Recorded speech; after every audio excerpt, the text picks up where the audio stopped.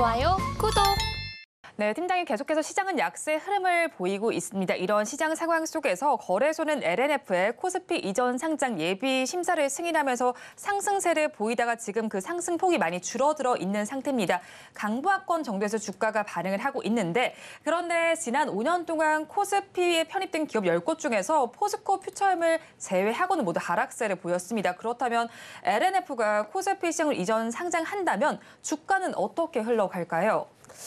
일단 주가 이전 상장을 한 이후에는 좀 단기적으로 주가는 차익 매물이 나올 수는 있긴 하지만 관련했을 때 코스피 200 편입에 대한 가능성이 굉장히 크기 때문에 기대감을 계속해서 가져볼 수가 있는 상황이라고 보시면 좋을 것 같습니다. 우선 LNF 오늘 주가 흐름을 보게 되면 신규 상장 심사 요건에 대한 내용들이 어제 나오게 되면서 좀 약간의 차익 내용이 나왔다라고 보시면 좋을 것 같은데 다만 지금 LNF 같은 경우가 현재 시가총액이 7조 4천억에서 5천억 원 수준입니다. 시가총액 상위 종목군, 특히 코스피 기준으로 봤을 때 약 46위에서 49위에 해당되는 수준이다 보니까 지금 현재 수준만 유지를 하더라도 지금 현재 수준에서 약 15거래일 정도 유지를 한다면 관련했을 때 코스피 200 지수 특례 편입이 가능하게 되고 그러면 특례 편입이 된다면 패시브 수급이 들어올 수가 있는데 최근 LNF 패시브 수급 좀 긍정적으로 나와주고 있거든요. 현재 LNF 같은 경우도 봤을 때 연기금 쪽에서의 매수세가 계속 나와주고 있습니다. 지금 차트 흐름도 보고 연기금의 수급적인 흐름도 보면은 지금 연기금의 매수세가 계속 붙어오고 있는 상황이에요. 특히 3거래일 동안은 기관 쪽에서의 매수세가 붙었는데 현재 이 시점에서 LNF 같은 경우는 코스피로 이전을 한다. 그로 인해서 지금 공매도가 조금씩 청산이 되고 있는 쪽으로 해석을 해보시면 좋을 것 같습니다.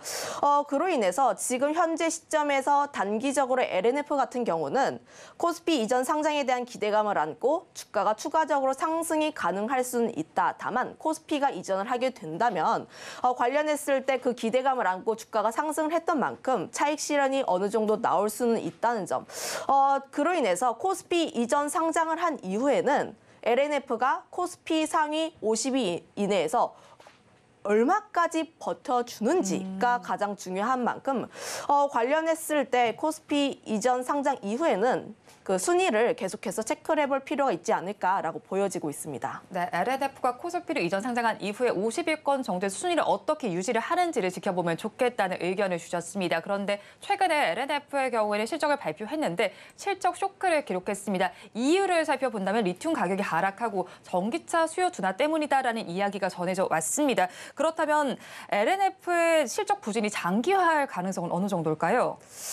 아무래도 지금 LNF 실적이 가장 안 좋았던 두 가지 요인이 첫 번째는 업황 자체가 좋지 않다는 점, 두 번째로는 리튬 가격이 지난해 초 대비했을 때 약 80% 정도 가까이 폭락을 했기 때문에 재고자산 쪽에서 좀 굉장히 큰 규모로 적자로 인식이 되었다는 겁니다. 그러면 올해 LNF 같은 경우에는 실적이 조금 더 좋아지지 않을까라는 인식이 더 나오고 있는데 아무래도 지금 LNF 같은 경우에는 코스피 이전 상장에 대한 기대감도 있긴 하지만 여기서 더 이상의 악재가 나올까? 지금 전기차 업황 안 좋은 것 때문에 2차 전지 섹터 하반기부터 좀 계속해서 밀렸죠.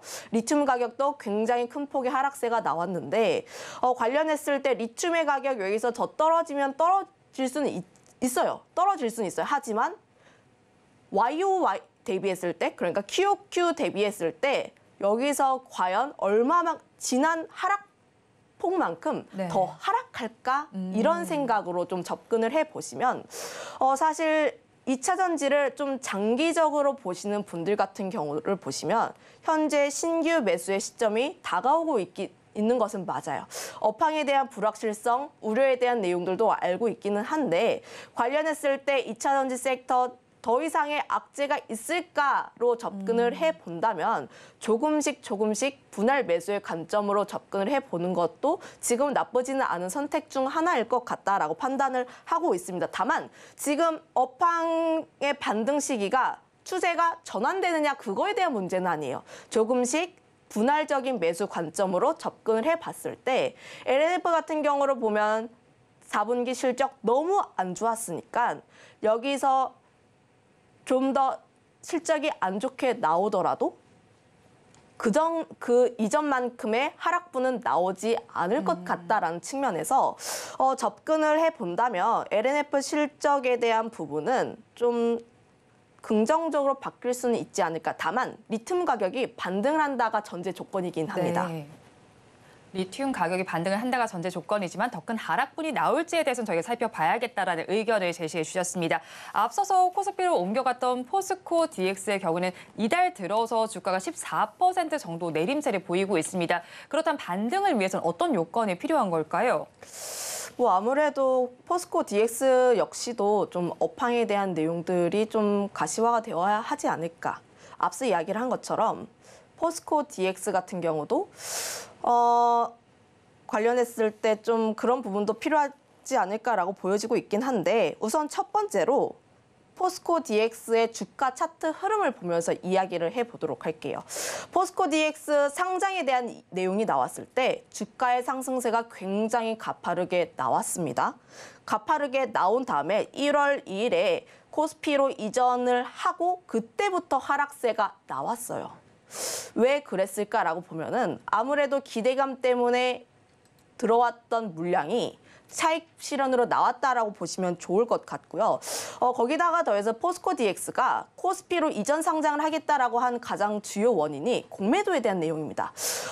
그런데 공매도 같은 경우에 지난 11월부터 금지가 되었죠. 그러면 이미 공매도 금지에 대한 효과는 이미 반영이 되었다라는 측면에서 보시면 좋을 것 같은데 그로 인해서 상장이 가까우면 가까울수록 공매도 잔고를 봤을 때 100만 주 가까이 상환이 되었습니다. 이미 공매도에 대한 부분에서는 이미 긍정적인 효과가 나타났었고 지금 같은 경우는 포스코 DX가 그 공매도에 대한 효과는 이미 반영이 되었고 주가 같은 경우도 선 반영이 많이 되었다 보니까 추가적으로 움직이기 위해선 업황에 대한 반등이라든지 혹은 지금 현재 주가의 위치에서 조금 더 상승을 해가지고 패시브 자금이 좀 유입이 될 필요가 있지 않을까라고 보여지고 있는데 지금 포스코 DX 역시도 편입에 대한 기대감은 계속 나와주고 있어요. 네. 지금 수급적인 측면 봤을 때 기관 계속해서 매입해주고 있죠. 연기금 같은 경우도 계속 빨간 불을 그려내고 있습니다. 여전히 포스코 DX 같은 경우도 패시브 자금에 대한 기대감이 여전히 유효하게 남아있기 때문에 관련했을 때 3월 정도 지수 편입이 된다면 좀 긍정적인 효과가 나올 수 있지 않을까라고 보여지고 있습니다. 네, 이어서 그러면 코스닥 시총 4위 기업인 HLB의 경우에도 임시 주주 초기에서 코스피 이전 상장 승인을 가결했습니다. 하지만 최근에 주가는 이전 상장 기대감이 소멸이 되면서 우하향 기조를 그리고 있는 상황인데 그렇다면 이제 앞으로 또 LNF처럼 이슈에 따라서 단기적인 반등은 기대해봐도 괜찮은 걸까요? 일단 좀 구분지어서 봐야 한다라고 판단을 하고 있는 게 우선 첫 번째로 HLB가 코스피 이전 상장에 대한 기대감 그리고 공매도 금지에 대한 기대감으로 인해서 지난 12월 달에 주가가 굉장히 큰 폭의 상승세가 나왔습니다. 거의 60% 넘는 가까이 상승세를 보였는데 지금 HLB 시가총액을 보면 약 5조 5천억 원 수준이에요. 그러면 코스피 이전 상장을 하게 되면 공매도 효과에 대한 내용은 이미 앞서 이야기를 했으니까 좀 넘어가도록 하고 그러면 코스피 이전을 했을 때 기대가 되는 가장 큰 효과가 패시브 자금이 유입이 되냐 안 되느냐로 따져봐야 하는데 코스피에서 시총 5조 5천억 원 수준이면 60위 정도가 되더라고요. 네. 앞서 이야기를 한 것처럼 패시브 자금이 유입하기 위해선 코스피 상위 50위 이내에서 15거래일 연속 유지할 필요가 있기 때문에 지금 현재 주가를 유지하더라도 네. 코스피 이전을 했을 때 과연 패시브 자금에 대한 기대감이 나올 수 있는지 여부를 따져봐야 하는데 그 부분에 대한 기대감이 조금씩 사라지고 있는 중입니다.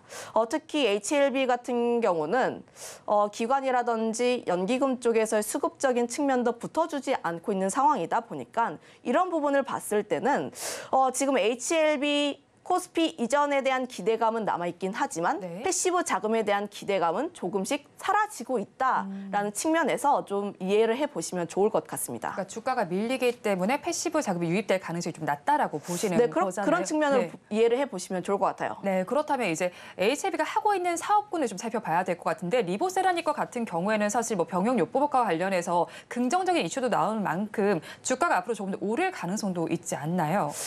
제가 바이오 섹터 같은 경우도 굉장히 올해 같은 경우 좀 긍정적으로 보고 있는 효과 중 하나이긴 하나 지금 HLB가 올랐던 가장 큰 요인을 좀 살펴봐야 합니다. 네. 이 기업의 개별적인 요인을 볼 것이냐 혹은 올랐던 요인을 볼 것이냐. 그런데 지금 이 기업이 개별적인 요소를 보기에는 이미 코스피 이전 상장에 대한 내용들로 올랐던 부분이 굉장히 커요. 아직까지 이 부분에 대한 차익 매물이 조금 더 나오거나 혹은 기대감이 살아있거나 여기서 주가가 조금 더 올라서 코스피 상위 50위 이내에 들어가지 않는 이상 네. 지금 개별적인 요소보다는 코스피 이전 상장에 대한 내용들로 좀 주로 보시는 게 맞지 않을까라고 보여지고 있습니다. 네, 그렇기 때문에 LNF와는 시각을 달리 해야 된다라고 정리를 해주셨습니다. 오늘 코스피 이전 상장과 관련된 이야기를 전반적으로 다뤄봤는데 탑픽 종목도 이 안에서 가지고 오셨나요? 뭐 관련했을 때 오늘 다뤘던 종목이 LNF와 그리고 포스코 DX, HLB가 있는데 네. LNF 같은 경우에는 저는 현재 구간에서 좀 단기적으로 트레이딩을 해봐도 좋겠다라는 입장을 가지고 있긴 하지만 최근 시장 자체가 굉장히 안 좋습니다. 오늘 종목군들 움직이는 종목군들을 보면 지정학적 리스크가 있는 종목군들 혹은 좀 시장이 안 좋았을 때 움직이는 방산 쪽이라든지 빅텍, 스페코, 엘컴텍 이런 쪽에서의 움직임이 나와주고 있는데 저는 시장이 좀 이 상태가 조금 더 유지될 것으로 보여지고 있어서 엘컴텍이라는 종목을 가지고 왔어요. 네. 엘컴텍이라는 종목이 휴대폰 카메라 모듈 렌즈라든지 LED 조명 쪽을 하고 있는 기업인데 대표적으로 금 관련주로 네. 엮이고 있습니다. 굉장히 생뚱맞은 사업이긴 해요. 관련했을 때 아무래도 엘컴텍 자체가 몽골 쪽에서 금이 매장된 광구 탐사권을 보유하고 있다라는 이력으로 인해서 금 관련주로 좀 얽히고 있는데 오늘 같은 경우도 좀 상승세가 나와주고 있습니다. 최근에 움직였던 지정학적 리스크, 시장이 안 좋을 때 움직이는 종목군들을 보면은 대다수가 바닥권에서 약 30%에서 40%는 넘게 올라와 있는 상황이에요. 제가 지금 아직까지 시장에 대한 흐름 자체를 긍정적으로 보고 있지 않기 때문에 지금 접근을 해본다면 이런 쪽에서 접근을 해보는 게 맞지 않을까. 그럼 거기다가 더해서 시장의 주가의 위치 에너지가 상대적으로 낮은 쪽에서의 접근이 조금 더 편안한 선택지가 되지 않을까라고 보여지고 있는데 엘컴텍 같은 경우도 봤을 때 주가가 아직 바닥권에서 지금 슬슬 꿈틀꿈틀 올라오고 있는 상황입니다. 이평선 같은 경우에도 지금 좀 모아지려고 있는 상황 중에 있다가 단기평선 같은 경우도 위를 올라보고 있어요. 지금 그렇게 되면 지금 이 라인대를 뚫게 되었을 때 추가적으로 상승할 만한 여지가 굉장히 크다라고 보여지고 있는데 금 관련주인 만큼 금 가격 같은 경우도 좀 체크를 해봐야 하는데 네. 제가 저도 금 현물 굉장히 관심이 많습니다. 그래서 금 가격들을 체크를 굉장히 많이 하는데 금 1kg 바 같은 경우가 몇 달 전까지만 해도 8천만 원대였는데 지금은 1억 조금 넘어요. 금에 대한 상승세가 계속 나온다라고 보시면 좋을 것 같은데요. 관련했을 때 아무래도 전 세계에서 지정학적 리스크에 대한 우려도 계속 나와주고 있고 홍해와 관련했을 때 미군과 좀 계속 좀 치고받고 있는 그런 상황들이 연출이 되고 있다 보니까 지금 안전자산에 대한 수요 심리가 계속해서 나와주고 있습니다. 러시아 우크라이나 전쟁도 지금 끝난다 만다 하는데 좀 더 지금 끝내기 위해서 전쟁을 더 격하게 해야 되냐라는 이야기도 나와주고 있고 우리는 체감 잘 못하고 있긴 하지만 외국인 분들이 우리나라를 바라보는 시선은 곧 전쟁 날 것 같은 분위기입니다. 특히 뭐 북한 쪽에서의 발언들도 그렇고 전쟁하게 되면 대한민국을 공화국에 편입을 한다 이런 발언들도 있고 윤 대통령도 좀 이에 대응해서 발언을 하다 보니까 관련했을 때 지정학적 리스크는 계속해서 나와주고 있다는 측면에서 보시면 좋을 것 같아요. 물론 엘컴텍이라는 기업이 금 관련주이고 지정학적 리스크와 관련했을 때 안전자산 수요 심리와 관련했을 때 단기적인 트레이딩 관점으로 보시는 것이 맞긴 합니다. 다만 금 같은 경우는 장기적으로 봤을 때 성장에 대한 가격 상승에 대한 기대감이 계속 나와 있다라고 보시면 좋을 것 같은데 저는 지금 금 같은 경우가 계속해서 매입을 해주고 있어요. 특히 글로벌 국채를 미국 국채를 덜 사고 금을 계속해서 매입하는 국가들이 굉장히 많아지고 있고 러시아 사태로 인해서 중국이 달러 채권을 좀 안 사고 계속 금을 매입을 하고 있습니다. 그 뜻이 지금 달러의 위상이 조금씩 약해진다라는 측면에서 해석을 해보시면 좋을 것 같은데 그럼 달러 대신에 안전자산에 대한 수요 심리로 강하게 떠오르고 있는 쪽은 금일 수밖에 없다는 거죠.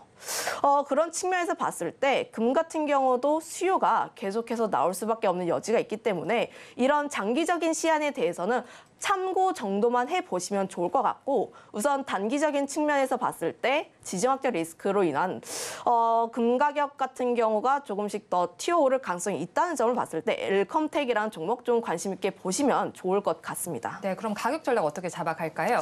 네, 매수가 같은 경우도 좀 보수적으로 접근해 보시면 좋을 것 같은데 이 기업 같은 경우로 봤을 때 약간 윗꼬리가 살짝씩 달리는 종목이에요. 그래서 살짝 눌렸을 때 접근을 해보시면 좋을 것 같다라는 의견 드려보도록 하겠는데 우선 매수가 같은 경우에는 1,385원 라인대까지 분할적으로 접근을 해보시면 좋을 것 같고요.